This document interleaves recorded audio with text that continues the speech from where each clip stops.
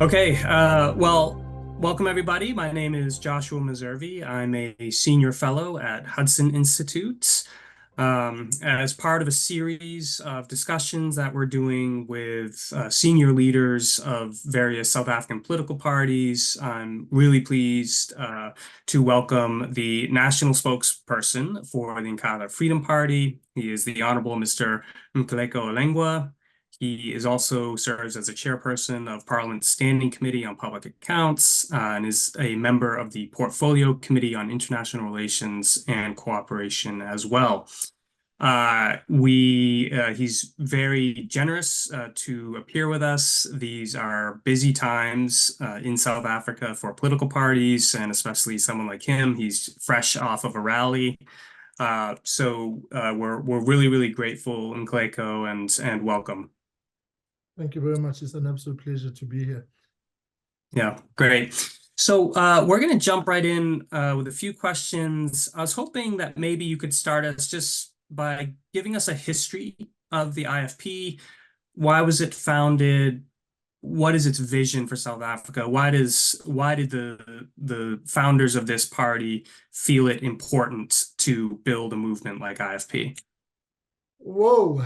Okay. And you've got 30 seconds. No, take as much time you need. That would be an entire lecture on its own, but suffice it to say the IFP was founded on the 21st of March 1975 by Prince Mangosuthu Buthelezi, and on the instruction really of the ANC, amongst others, through former President of Zambia, Kenneth Kaunda, and other frontline state leaders, as a response to the black voice vacuum, which was fast, entrenching itself as a lived reality, given that the ANC and other liberation movements, the PAC and so on, were banned in South Africa. On the other hand, you had the balkanization of the country, really, which was sort of splitting the country up into homelands, as it were. So in the context of advancing the liberation movement, the IFP was founded, but not as a political party per se.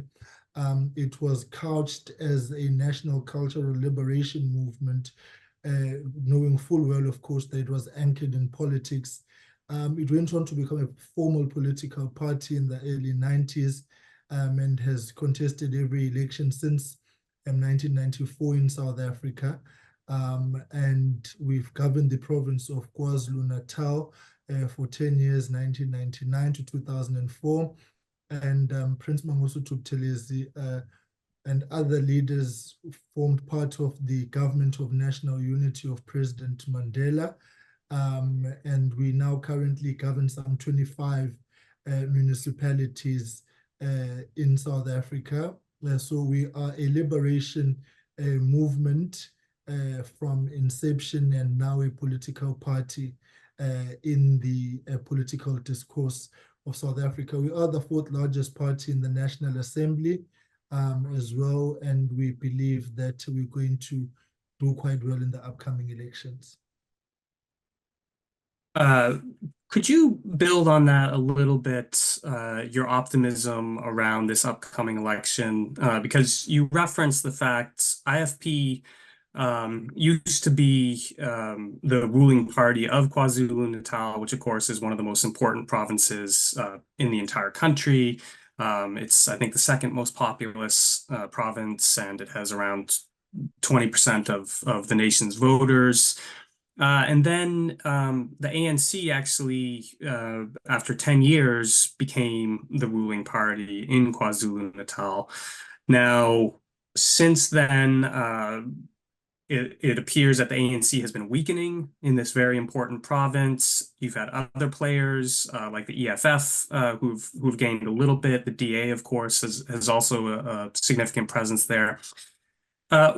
What is the IFP's outlook for this upcoming election? Do you feel like you have momentum, that you're going to do well, and do you have a sense of how well you might do? Yeah, it's definitely going to be a good election. We've obviously had to rebuild the party grassroots up. We've had some difficult patches, including a split. in 2011, 2010, 2011. But we've managed to regroup and come back. And so the momentum is there.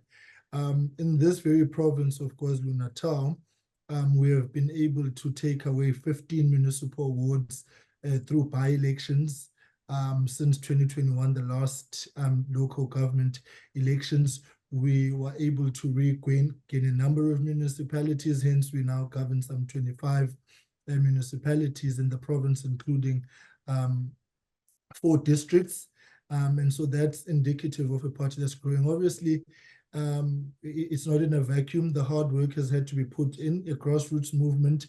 When the party was founded, it was founded as a membership-based organization.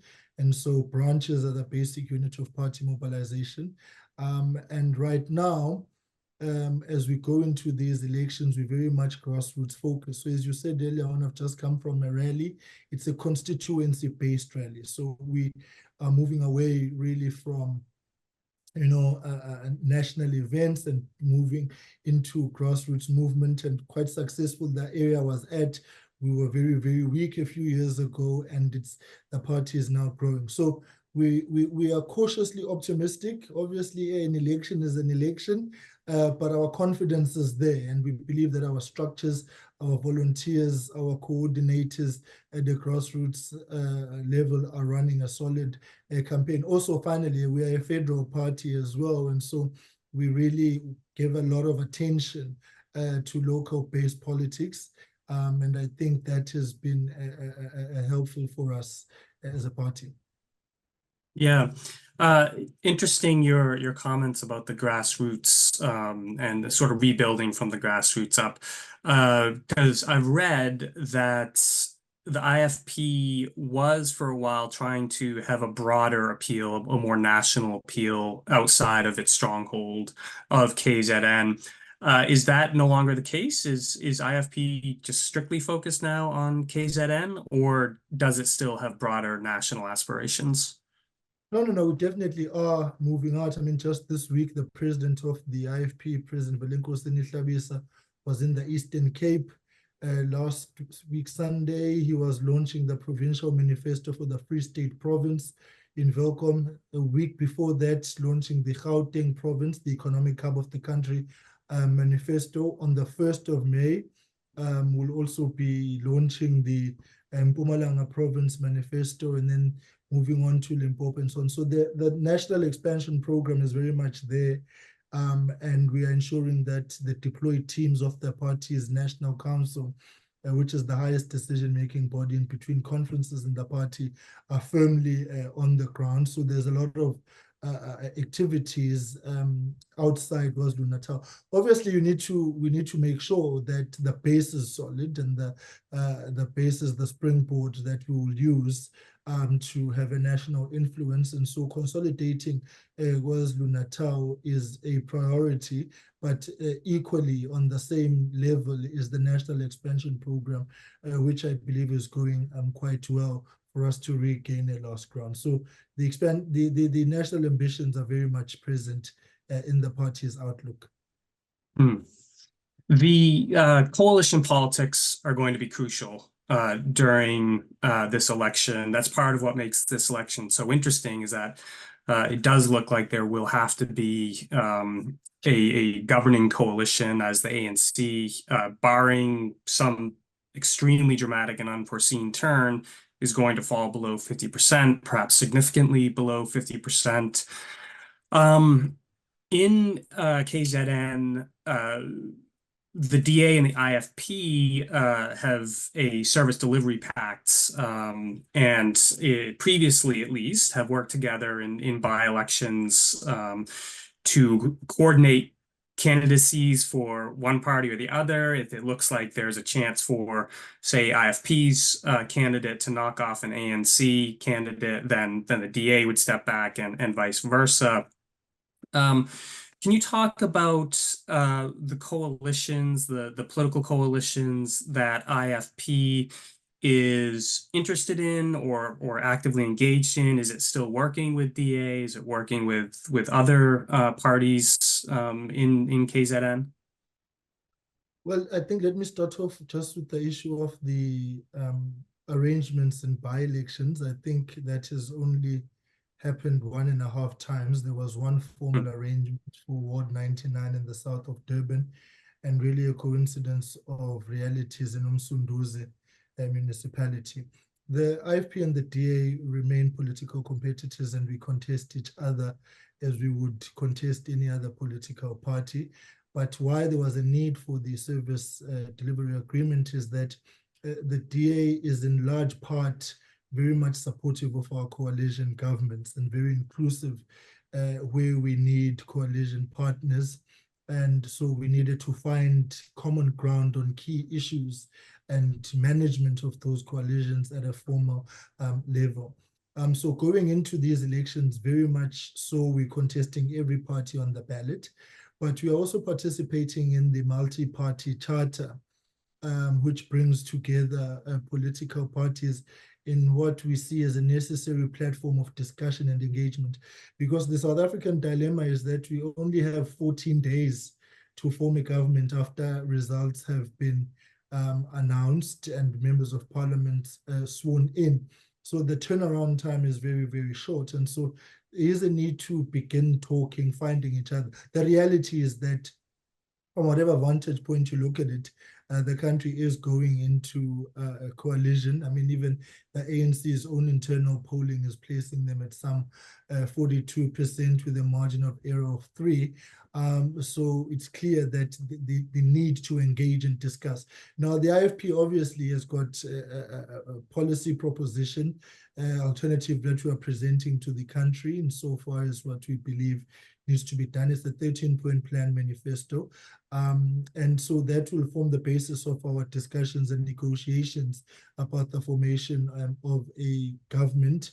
And secondly, we believe that there is a need for us to normalize interactions amongst parties and draw on the experiences of countries that generally have gone into coalitions. I mean, the SPD and the CDU in Germany had a grand coalition, but what was critical is that they had areas of agreement, which then formed part of government, and where they did not agree, they listed those at the back of that agreement to indicate that they would not form part and parcel of the policy agenda of the government in that term.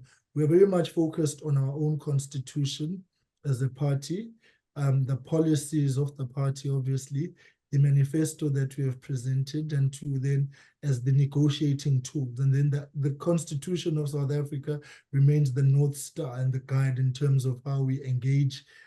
Constitutionalism is important.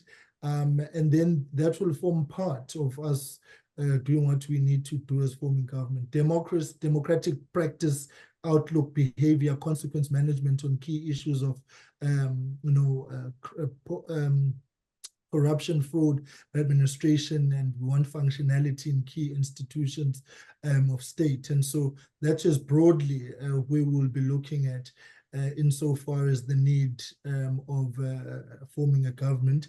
All of these things, obviously, the South African Constitution has a Bill of Rights that was authored by the IFP. And so we believe that whatever government will be in place would have to adhere to that value set of the Bill of Rights. So large part, that is really where it is. I want to hasten to say, and lastly, that obviously this is a new phenomenon in South African politics. It's been tested and continues to be tested at municipal level. There are currently 66 hung municipalities in South Africa. And whilst there's problems in certain areas, in large part, those 66 municipalities, or rather a majority of that 66 is functioning. Yeah, that's a great point. That coalition politics actually already exists very robustly in South Africa. We haven't seen it on the national level, at the executive level, but obviously it does exist at those municipality levels. Would IFP go into coalition with the ANC? We are of the view that if the ANC was doing well, South Africans would return it to power.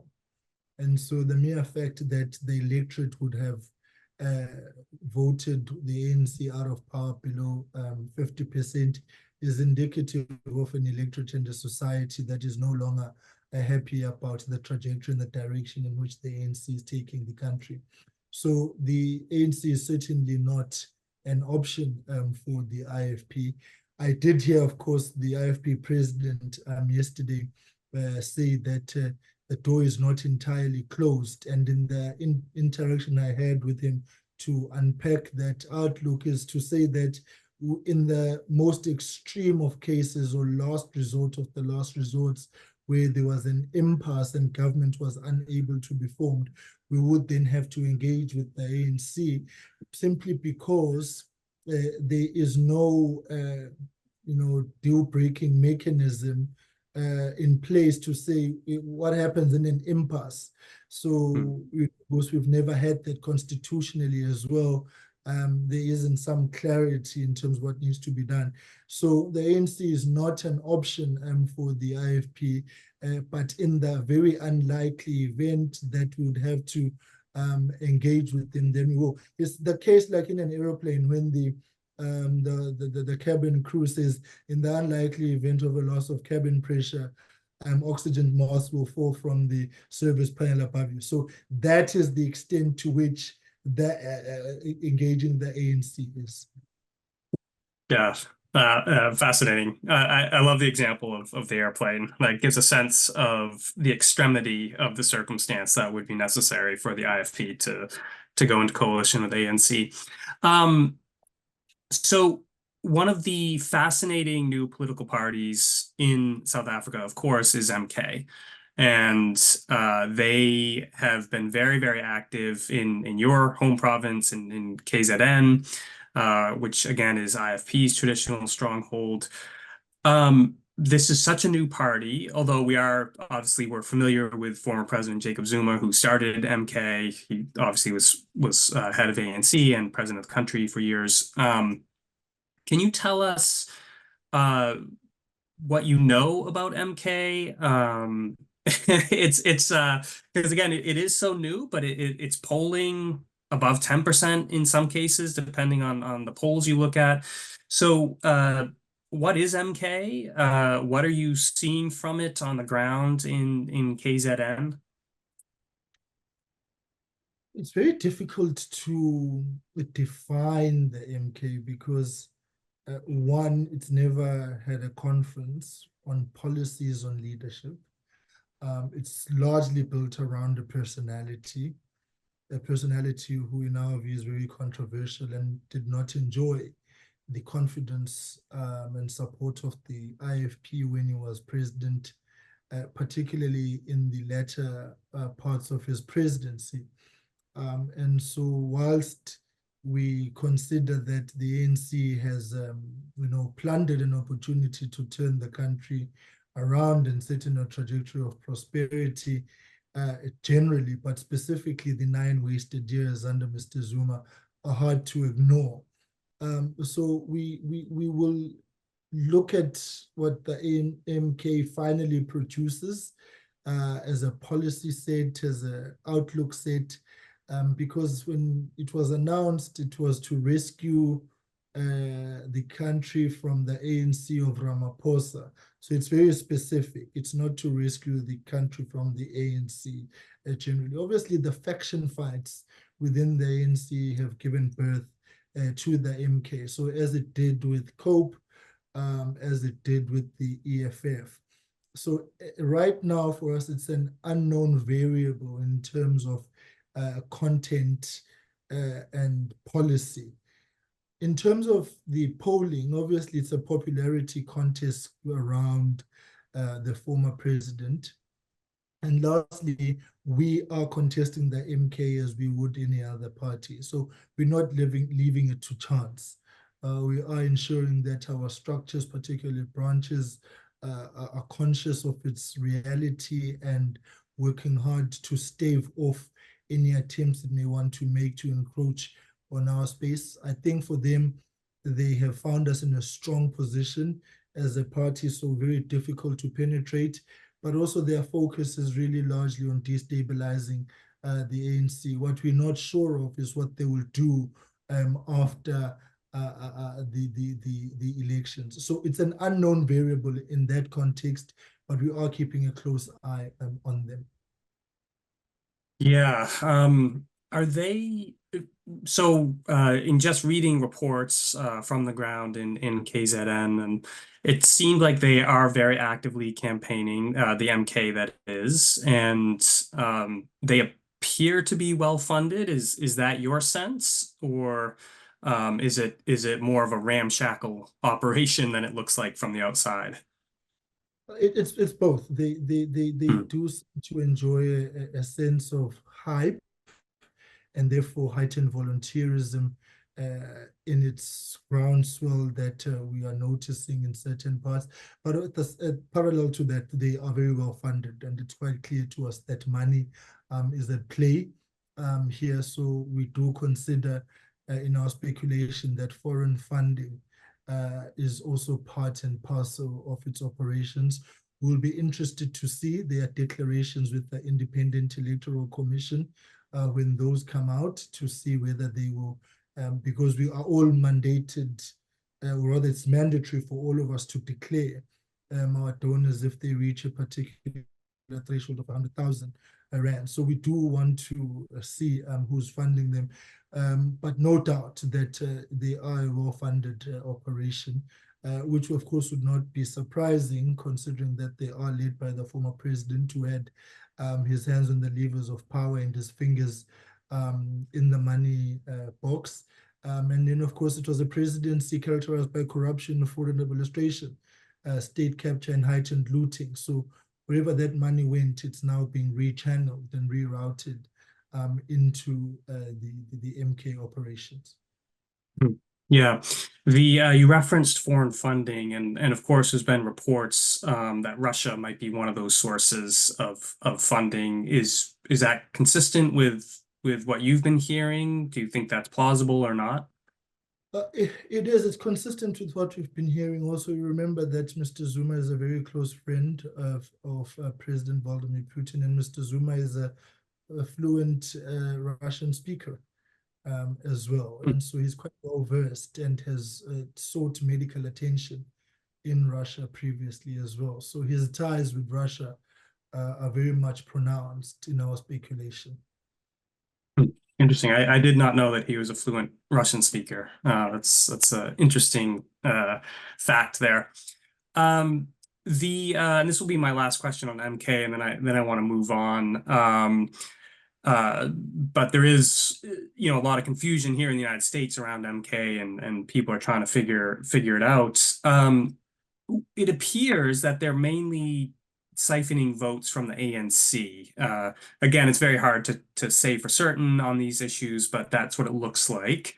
Is that just simply because Zuma, of course, was the former ANC head, so people still have a certain loyalty to him, or is there something else going on? Is there some other appeal that MK has? Well, he's playing to the disillusionment within society and the anger with how the country is going, and presenting himself as somebody who has finally been on the outside and regained a new perspective about what needs to be done, and volunteering himself to try again, saying, I know how the system operates, so it will be easy for me to go in, having the vantage point both ways, having been in government and out of government. And so it's really a psychological political power play that he's going at. Look, the country is in trouble. The economic growth is stagnant next to zero. We've got the energy crisis, and so far as load shedding is concerned, crime is high, unemployment is high, inequality is high, and there's challenges with service delivery at local government level. So that provides an opportunity then to plug in and say, I can solve your problems. People are generally just worried about the direction and the future of the country. Yeah, yeah, for good reason, I would say. What, in your estimation, more generally looking at the upcoming election, what are some plausible coalition scenarios do you think that might come out of this election? Is this going to be an ANC DA, ANC MK, ANC EFF, something else? Will it be ANC and a constellation of small parties? You already said IFP would only go in a very extreme circumstance. I know it's hard to predict these things, but if, float some scenarios that you find possible, let's say, for future coalition. It will be very difficult to say and speculate at this point in time. Suffice it to say, the ANC is obviously going to try and engage everybody, including the DA, including the IFP, including the EFF. I would want to believe that certain quarters within the ANC would be comfortable with the ANC-MK coalition. But ultimately, there's going to be a high level of trade-offs. I don't see the major political parties wanting to have a coalition, which is a constellation of these small parties, which brings about a sense of instability and uncertainty. You don't want that at that level. Also, you want to have a trust factor built in that a bigger political party will be better managed, organized.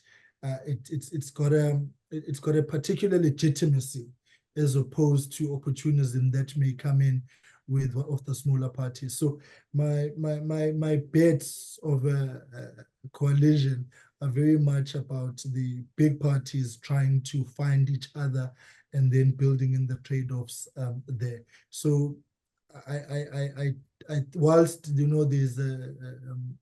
these small parties are operating at municipal level, I don't think that risk will be transferred to the national and provincial governments.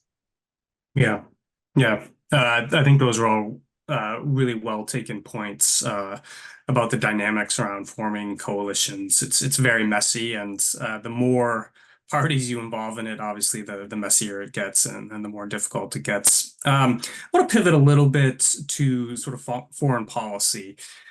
As you're very well aware, there's been a lot of consternation in the United States, in Washington, D.C., about some of the actions that the South African government has taken and the ANC regarding a whole host of foreign policy matters. But before we, get to some of those specifics, could you just generally give us your sense, or the IFP sense, I should say, of on the current state of the U.S.-South Africa relationship?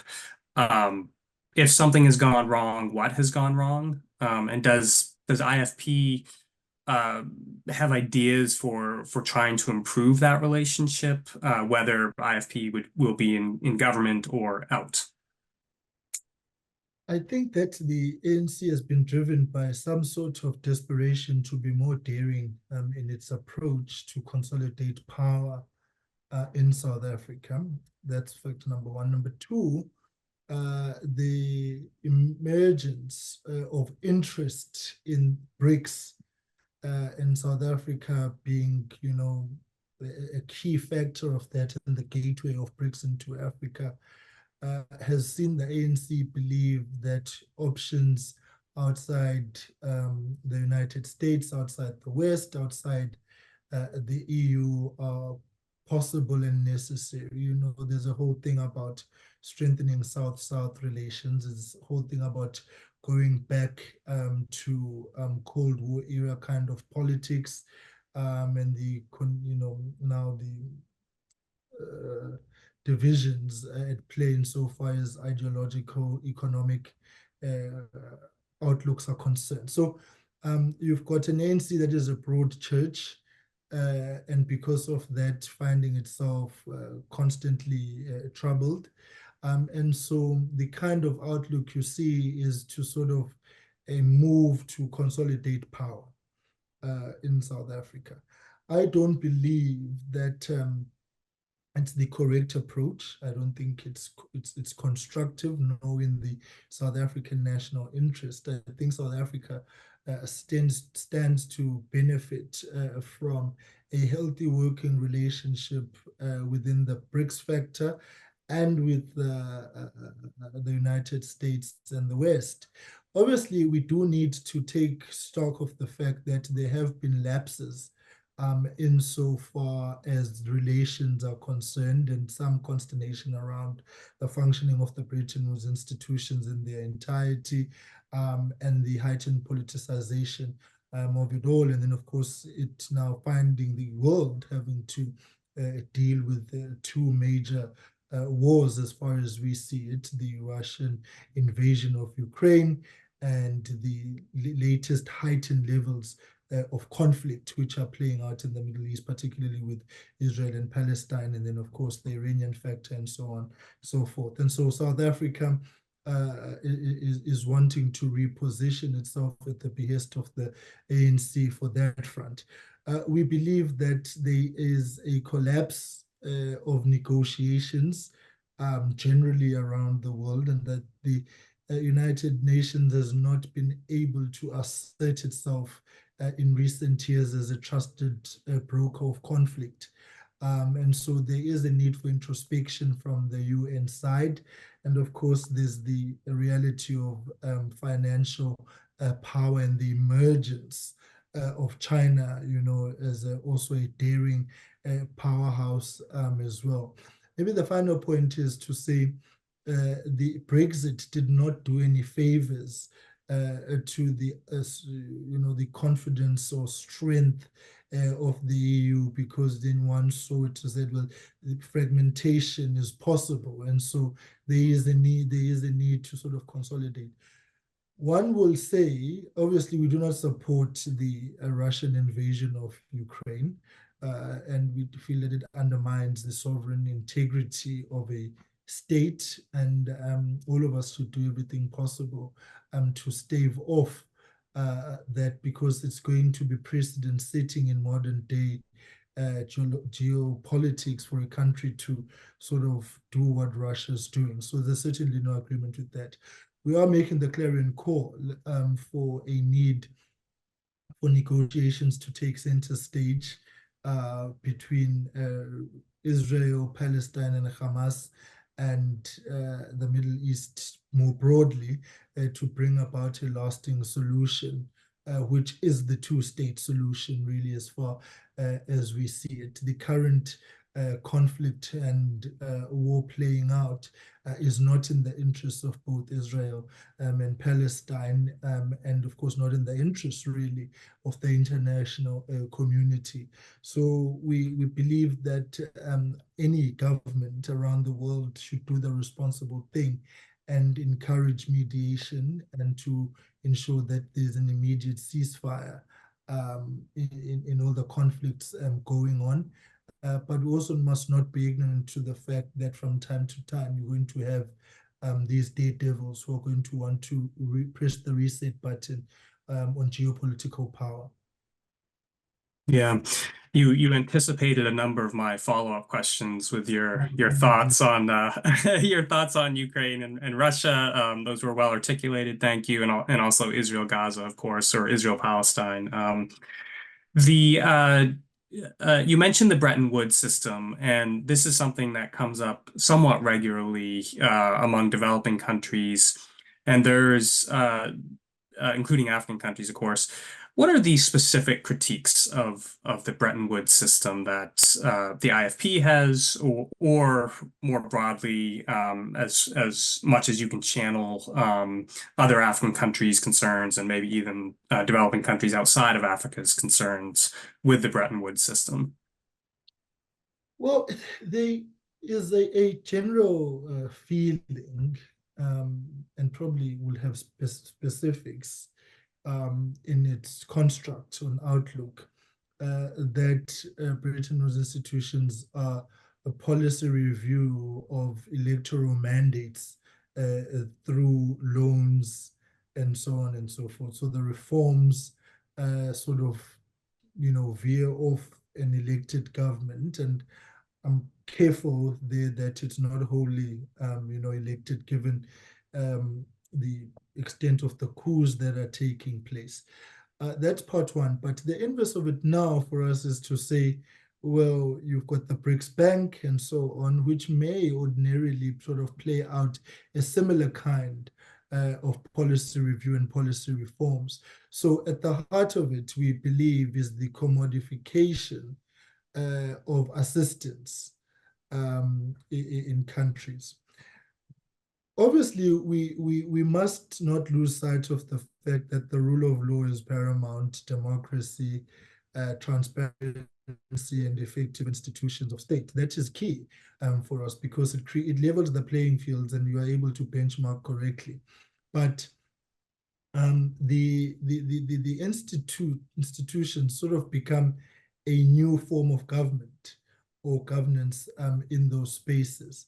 We think that there is a need for a review of the Security Council, particularly in key issues of international conflict, because the decisions taken from time to time have got less consideration on the humanitarian crisis and more of a political consideration in terms of relations, in terms of interactions and engagements. And so you find that the very reasons why the institutions are in place for the purposes really of the improvement of lives around the world, and Africa will stand large part to benefit from them, is that there is a due regard more now for political considerations and trade-offs, as opposed to the humanitarian interventions which are required. So in our assessment,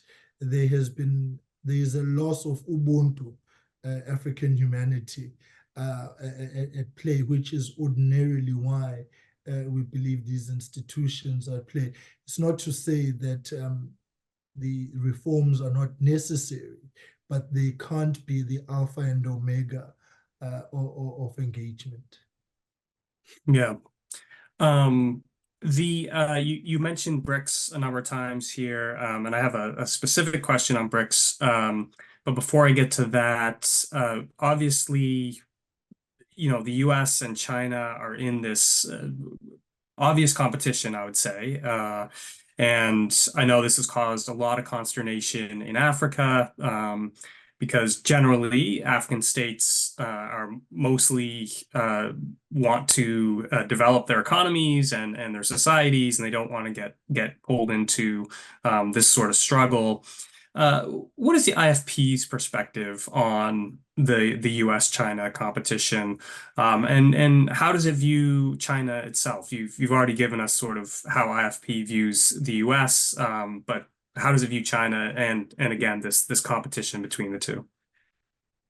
Generally, and Africa specifically, and vulnerable nations, because it's got money and it's got an easy there's easy access to that money, because the checks and balances in place insofar as how you spend the money are not there, because China most likely understands you will default along the line and then along the way, and then there will be a takeover of the infrastructure supported programs amongst others, and we've seen this in certain quarters. So we remain fundamentally worried at the lack of transparency insofar as China does its business. And the other observation for us is that they're running a communist government, but rolling out the biggest capitalist expansion program around the world. And so that irony is not lost on us, because it demonstrates the very daring ambitions of China.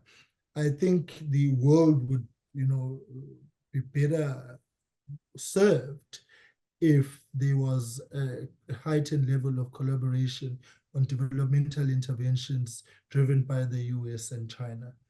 I think the two nations should not be in competition. They should be complementing each other in order to supplement the shortcomings of development around the world. Obviously, there's a national interest for everyone, but at the same time, we've got international obligations.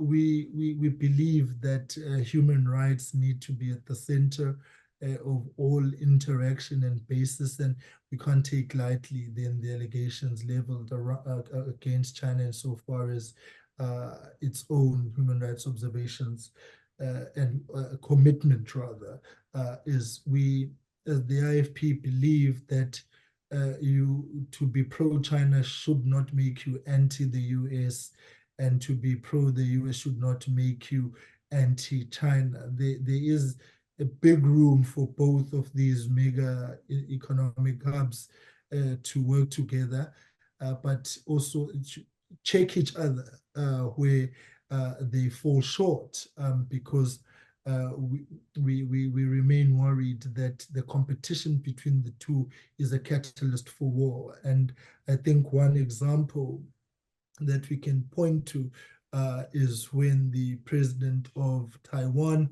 was in transit back from wherever she was coming from to meet former Speaker McCarthy in the US, and you could see the kind of attention that brought out.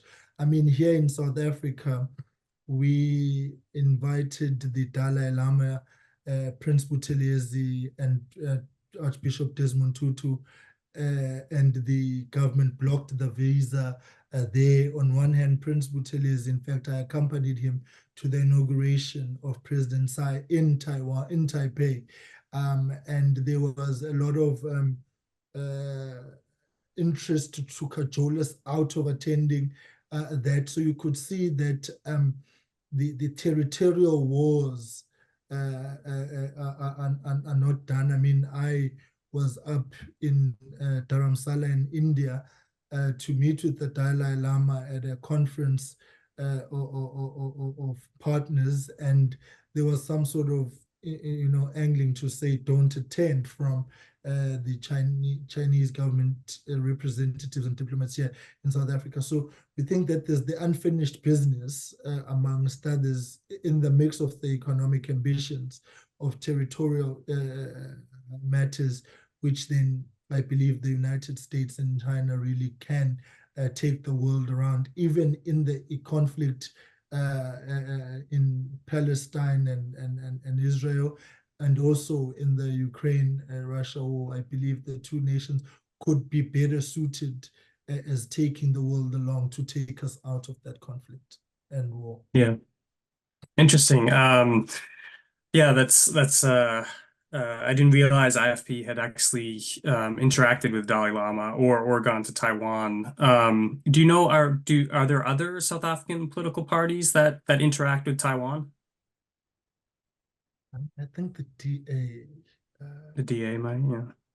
Okay. But I don't know. But I do know that in fact, the Prince Buthelezi and the Dalai Lama were in constant communication through correspondence until Prince Buthelezi passed on last year. And I referred to here also his attendance at the inauguration of President Tsai, I think 2016, yeah. So you gave a very nuanced sort of perspective on China and the US and the US-China competition. But one of the sources of consternation here in DC regarding South Africa is the sense that the ANC has been much less nuanced recently in sort of navigating between the US and not just China, but also Russia and Iran and et cetera. In fact, the ANC seems to be increasingly sort of antagonistic to the US. Now, you referenced earlier that the ANC has gotten desperate and it's been trying to consolidate domestic political power. And so that might account for some of these foreign policy stances it's taking. Is there something else going on as well? So I've read through a lot of ANC policy documents, and they talk about the East is rising, and it seems that they believe that the West is fading or failing. Is there an ideological component here to the ANC's what seems to be warmth towards the Chinese Communist Party and China, or is it strictly about domestic politics? No, it's a combination of both, right? So obviously the domestic politics puts them in a difficult corner. You've got the EFF championing the cause of Palestine in South Africa. Also, you'll remember that there's a huge voting segment of the Muslim community in the Western Cape, a province that the ANC does not govern out of the 9 and is governed by the DA. So there is a need to tap into that vote as well. So the very heightened, you know, participation in Palestine-related matters is to also tap into that voter base in the Western Cape as part of the swing vote. Secondly, the ANC, obviously, its government participating in BRICS, has found that maybe a dictatorship kind of leadership is favorable to their cause. In fact, the ANC tried to model the country very much along the lines of a central government, right? All power a la Pretoria. And so, as the saying goes, birds of a feather flock together. So and then there's the historic struggle, liberation struggle engagements that you had, China supporting the armed struggle of the ANC. So it's also historic in nature. But also at the same time, it must not be lost to the fact that the loss of life in Palestine should not be happening. Right? I think we need to be able to call out these issues. The loss of life as we see it at the astronomical proportions as we are seeing now is certainly not something that is desirable. That reality emboldens the narrative of the ANC to then, lean Palestine more. You saw that Iran and BRICS, I mean, just the BRICS parliament, the Iranian delegation was there as well in Johannesburg last year. So you do have a sense that the recent events are enabling the ANC's daring mission, right? Insofar as this kind of outlook is concerned. Now, we as the IFP believe that the US South Africa relations are of strategic importance for both countries insofar as engagement, development, and the economy generally, not just of South Africa, but the region and the continent as well. AGOA is one such example. South Africa is able to produce and export and so on and so forth. The US has got the financial muscle. So there has to be a mutual working relationship between the two countries. At the same time, you look at trade between South Africa and the EU, that is of strategic importance as well, particularly our mineral base, agricultural base. And you also look at the South Africa-China relations as well. They've got a particular, functionality and mutual benefit at play. Now, I think where South Africa is battling under the current leadership government is to find a balance between the two. Maybe let me backtrack a bit and say that the Trump presidency did not help. Because one, you had policy uncertainty about where the US stood on matters, and it was more the feelings and the attitude of the leader as opposed to a fixed policy agenda in terms of interaction. That created a loophole then for this kind of difficulty insofar as relations is concerned. And I think that as you also go to elections later on this year as well, we will all be watching with a keen interest as to the outcomes of that, because it will set the agenda for the international community for the next 4 years and beyond as well. So we have an interest in the outcomes of that, and we believe that the Trump presidency was an interrupter to certainty insofar, I mean, warming up to Trump, to Putin, his daring missions with North Korea, the commitments insofar as funding of the United Nations were concerned. All those things amongst many, you looked at them and you said, where is the US? And so, of course, in reality, you ask that question, it follows then where is the world? Given the strength of dominance of the United States. And I think then China was able to move in and provide a particular certainty insofar as their own agenda was concerned. Yeah, and I have a follow-up question on that, but I also wanted to just briefly circle back. You referenced pressure that you were getting when you were going to Dharamsala to meet with the Dalai Lama. And also Prince Buthelezi was also received pressure, I think you said, when he went for the inauguration of President Tsai in Taiwan.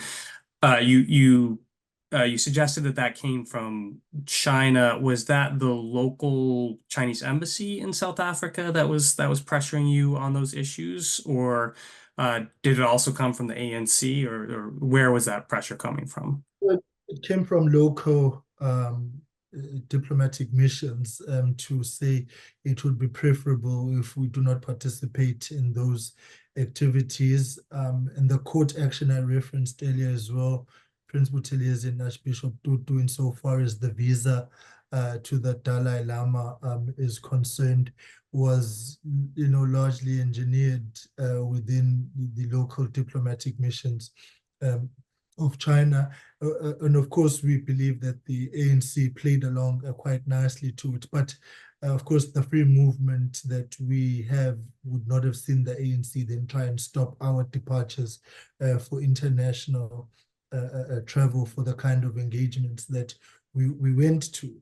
But I will hasten to say we've had interactions with the Chinese diplomatic missions subsequently on quite a number of issues, just to engage and to sort of clarify perspective that, again, it may sound like a refrain now, our or support for Taiwan does not necessarily mean we are anti-China. There's a historic relationship between the IFP, Prince Buthelezi, and Taiwan, in that when he was the Prime Minister of KwaZulu government, there was a heavy investment into the economy by Taiwan to ensure that we're able to meet the demands of development, sustainable livelihoods, economic growth for the people. So just like the ANC may have historic ties with China, we have got historic ties with Taiwan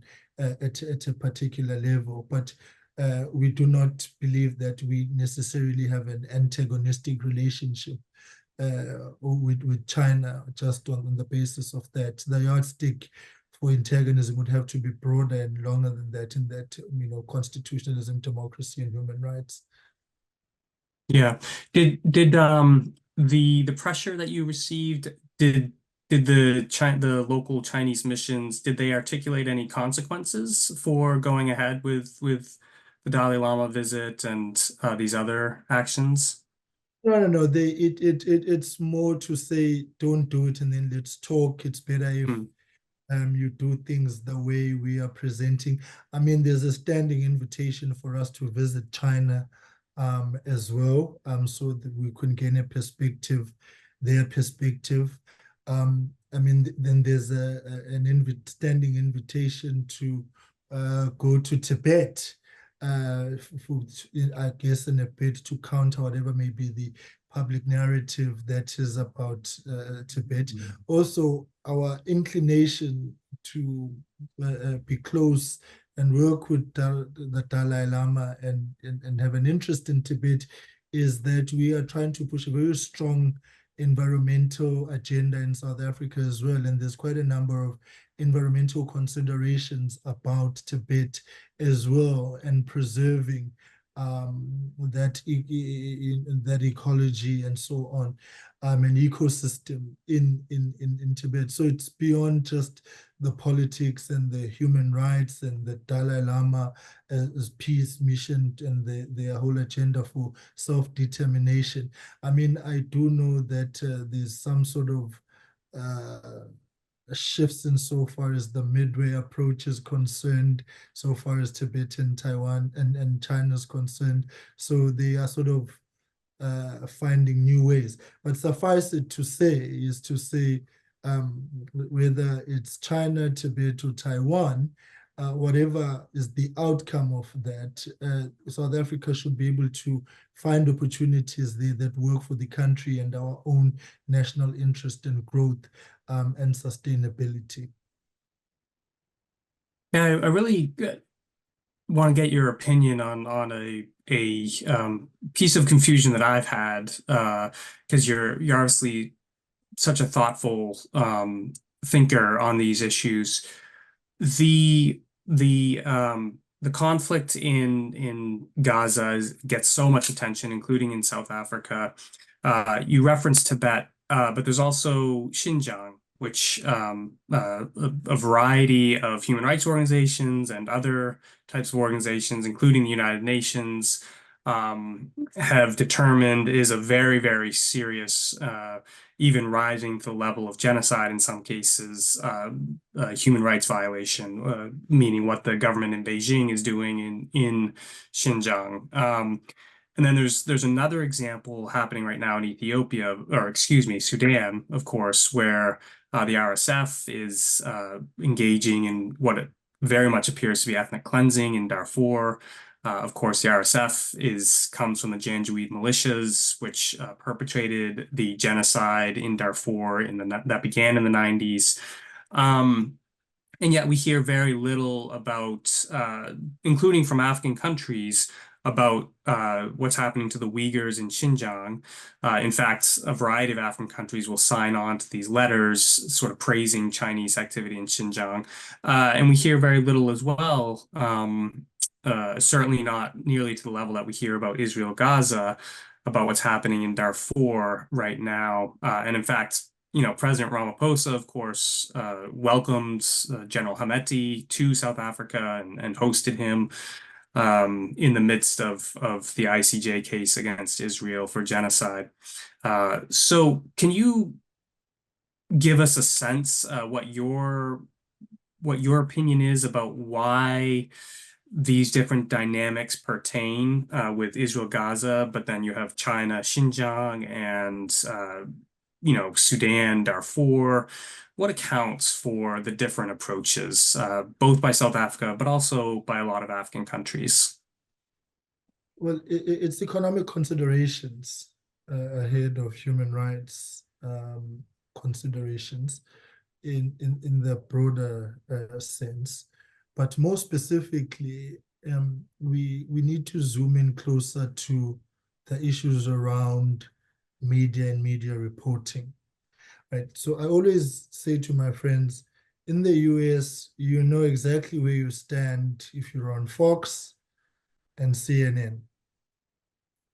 The whole pretense of neutrality doesn't exist, and objectivity. It's all vantage point, perspective point on this, on a value set to say this, you are either left or right, right? So there's clarity. I mean, the justices of the Supreme Court, where his or her ideological thinking lies, and what consequence that will have in decisions of the court, right? So that's the South Africa. You don't have that. South Africa, you have a media that must be objective. We have a constitutional court that will be constitutional and objective, right? Forgetting that people are formed by perception, thought, experience, lived reality, and their own politics in arriving at decisions and in commentary as they would in whatever space. So the then Israel-Palestine issue against that background gains a lot of traction because it's highly politically charged in that it creates for the kind of conversations that take place. Now, China is an economic powerhouse that is seen to be soft on South Africa or warm or embracing South Africa. So you dare not antagonize China, right? And so, and the narrative that is out there is created then out of that particular reality, in that there's political considerations at play. But at the same time, there is questions about the legitimacy of even Israel to exist as a state. And therefore then to say, why should Palestine undergo what it's undergoing? There's no commitment to maybe let me say commitment. Maybe the inverse of this is to say the history that we have of apartheid, oppression, and colonialism is seen to be in the same level as what's happening in Israel, Palestine, and other issues are seen to be consequences of the conflicts of the time. To say, well, what's happening in Beijing and South Sudan, well, is that it's part of the cause of any humanitarian reality that violence and wars will take place. But specifically, there is that people are oppressed. So it's a matter of the vantage point. It's a matter of who you talk to. It's a matter of where you engage, simply because the kind of transparencies and openness to ideological critique that you may have doesn't exist in South Africa. That's yeah, that's fascinating. Your point about people understanding where biases lay with our media organizations, for instance, in the United States, is an important one, I think, because in many ways, I think the openly partisan media houses are more honest in a sense, right? Because they just own up to their biases and their perspectives, rather than we do have media houses in the United States that do claim to be totally impartial and neutral, but they do clearly have their biases, political biases, and otherwise. So in that sense, if you're watching Fox on the right or MSNBC on the left, you're better equipped to get at the truth, because you understand that this is the perspective they're coming from. And your point about South African media is really, really interesting vis-a-vis that dynamic. I could actually talk to you for hours. This has been really, really interesting, and there's a bunch of questions I didn't even get to, but I do want to be respectful of your time. You're in an extraordinarily busy It's a bit long. It's okay. I'm already in the office, so it's just a few minutes. Okay. Okay. I'll try and be brief in my responses as well. Sorry. I No, tend you're to times, yeah. No, they've been great, and I've found them really useful and interesting. So I'll okay, since you're being even more gracious with your time, maybe I'll just finish up with, let's say, two questions, and then I can let you get back to your busy schedule. What would so you referenced AGOA, and that's been a major point of debate here in DC about how do we handle this South Africa situation where you have the ruling party and the government engaging in these things that are antagonistic to American national interests, and it does seem to make them no longer eligible for AGOA. There are eligibility criteria within AGOA that South Africa seems to be in violation of. However, the flip side of this argument is that by suspending AGOA eligibility for South Africa, you're going to just end up hurting a lot of farmers, for instance, or other people who are just ordinary South Africans and are have nothing to do with decision making at the highest levels of the government or the ANC. And I've seen, in IFP's manifesto, there's a strong focus on agriculture, and that's clearly a major concern for IFP. What would you say to the U.S. government as it tries to think through the AGOA issue, and what would your recommendation be? Uh, is AGOA important to KZN? Is it important to South Africa more generally? Do you have any message on AGOA for the US?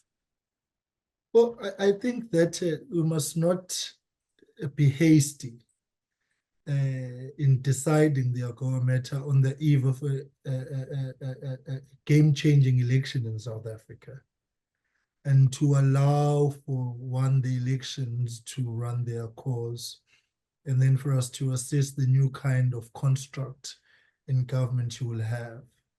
Because I fundamentally believe that if the polls are anything to go by, South Africa will go into a coalition government.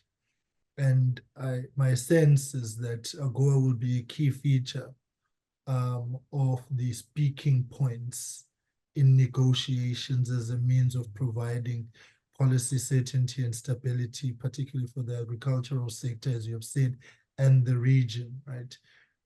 Because we also have in South Africa the better capability of logistics, our problems notwithstanding. So the consequences will extend if we, beyond South Africa, if there is an interruption and suspension of AGOA, right? So generally, I think we must allow the elections and the outcome to dictate the approach.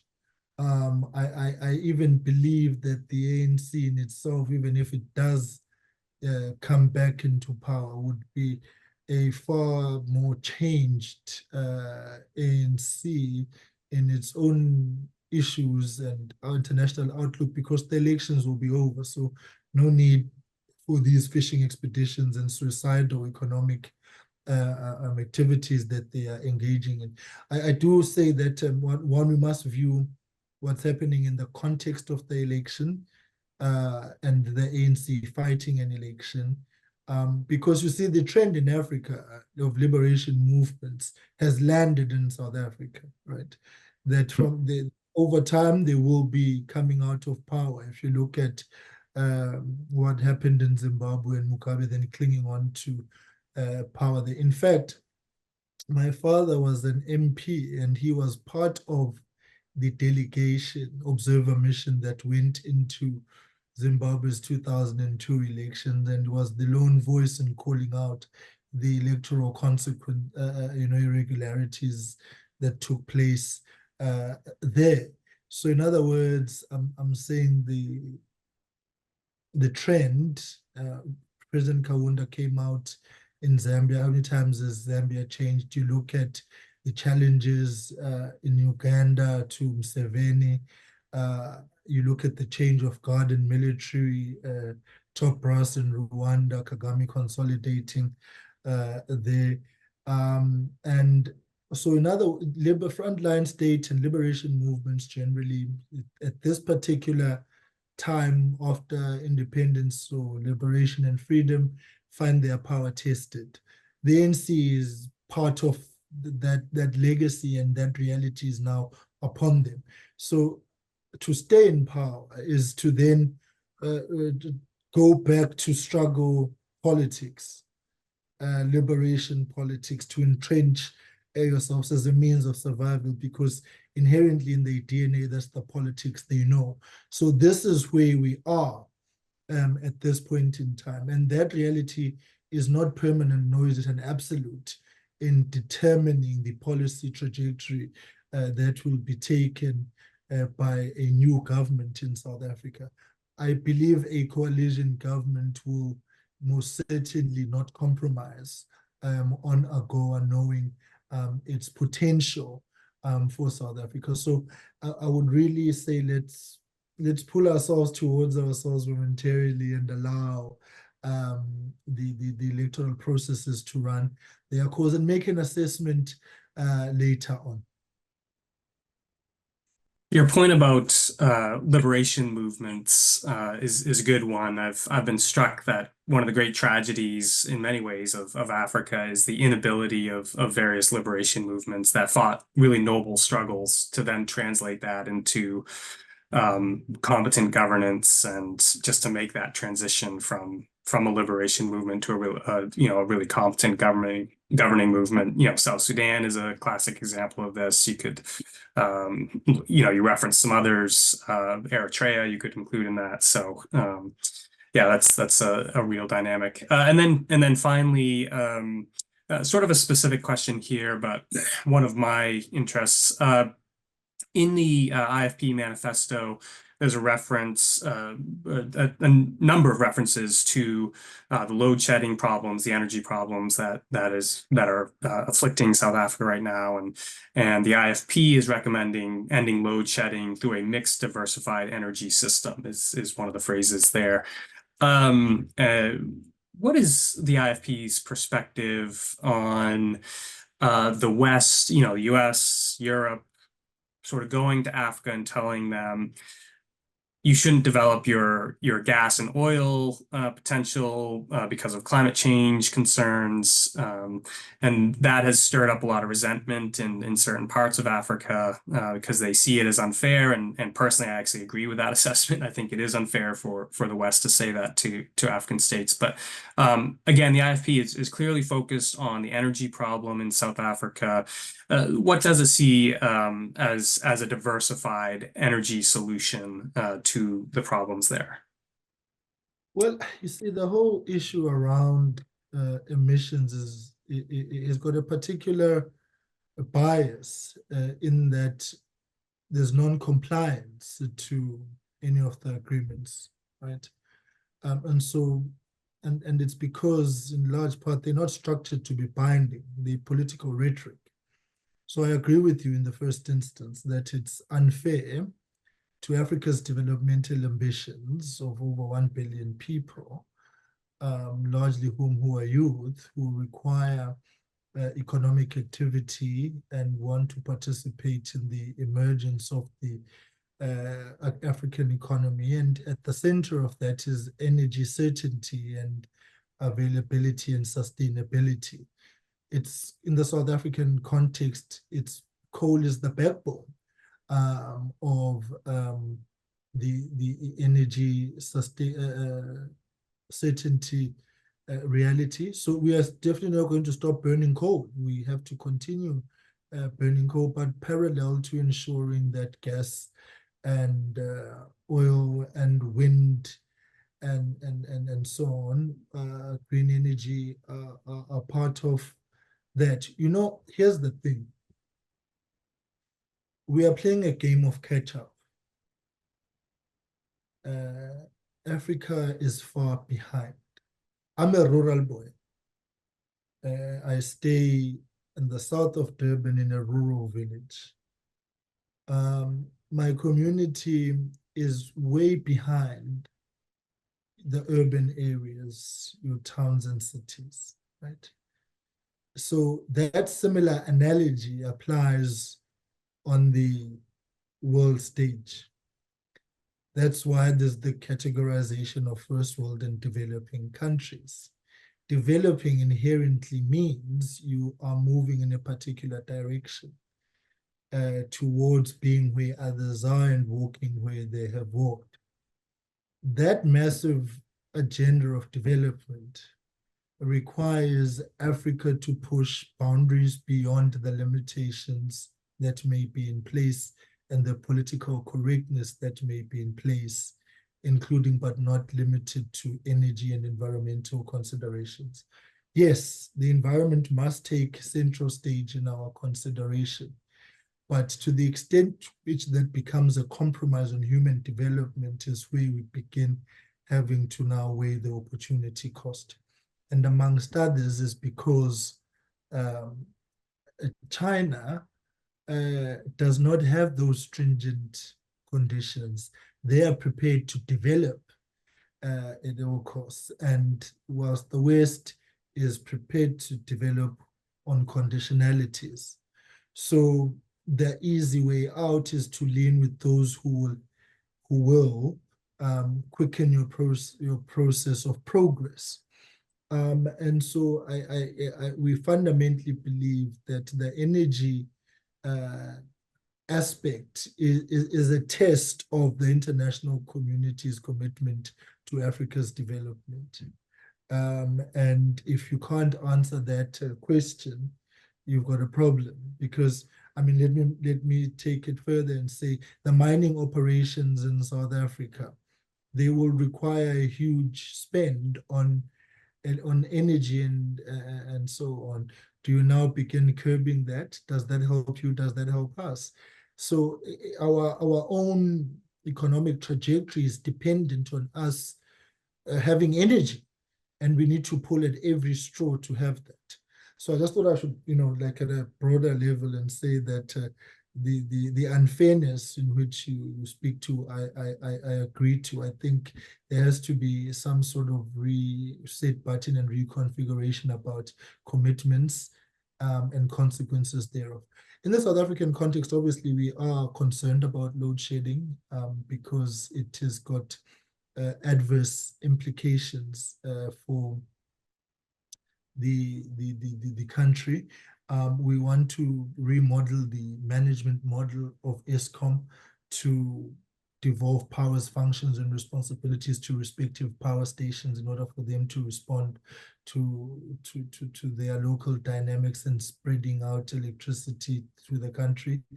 Obviously, Eskom has got a monopoly of the electricity lines and the grid. So we need to have a stronger public-private partnership arrangement in order to be to plug in electricity from independent power producers onto the grid as well. We are looking at tax breaks for businesses who save and conserve energy and plug them back into the grid. Hence, on the solar panels, believe that there's opportunity there as well in order to fix that. And then to say we must explore other options as well, as you said, gas, because what's going to happen is that we're going to end up importing in the long term. We do not know the ambitions of BRICS to the extent to which they may be able to provide, whatever construct, new alternatives and less stringent conditionalities for that. The point you made about the liberation movements, but I wanted to summarize it by saying that yesterday's liberators are today's oppressors. If you look at the manner in which they have failed to translate the liberation dream into a comfortable lived daily reality for the people. Yeah. That was very well stated on all those points, and just to sort of endorse what you said, there's a huge human cost associated with a lack of power as well, a lack of energy. There's obviously a social cost as well. Harder for children, for instance, to study, because if the lights go off at night, then you're stuck with maybe candles or some other form of lighting which is just inadequate in many senses. And then also there's real health problems associated, a whole myriad range of health problems associated with under electrification. So I wish Western policymakers, including my own country, would take that much more into account when they're talking about a just energy transition or the green transition. And then your point about mining also was key, I think, because the minerals that are required to drive the technologies that everybody's relying on to meet their green targets will require a massive expansion of mining capacity in places like Africa, in South Africa included. So again, I feel like there's a there's a lack of nuance around these discussions too often in places like Washington, D.C. and Europe. But again, I've kept you long. I really appreciate your time, giving us your thoughts. I found it fascinating. I certainly much better understand both IFP and also the electoral dynamics in South Africa and some of these other topics we've been focused on. So again, this is the Honorable Mr. Mkhuleko Hlengwa, National Spokesperson for the Inkatha Freedom Party. You are one of the busier people in South Africa right now. So again, we really appreciate your time. It's been an absolute pleasure. Thank you very much. And we wish you in the United States all the best as well as you approach your elections in November.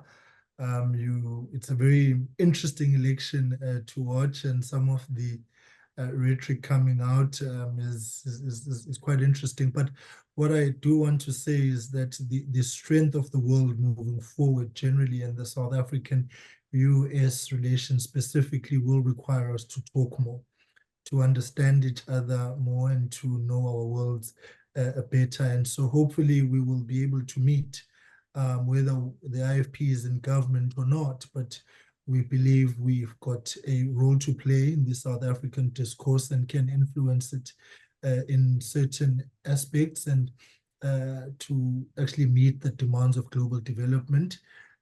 We believe that South Africa and the US are strategically positioned to be able to fix some of the problems and create greater collaboration. And I think the US must view South Africa as a bridge to engage with China. The fact that we are, not even put aside the geographical location of South Africa, but the ability to talk to both countries is an opportunity that I think must be taken, and we would certainly be looking forward to pressing the reset button on South Africa's international policy outlook and diplomacy after these elections. And so engagement such as this one must be escalated well beyond just the virtual world. And I think you are most welcome to visit us in South Africa as well and practicalize some of these things, and for us to do so vice versa. So if you are interested, our door is always open. And we can continue having these discussions. On behalf of President Vulenkos Nihlabisa, President of the IFP, thank you very much for this opportunity. Thank you.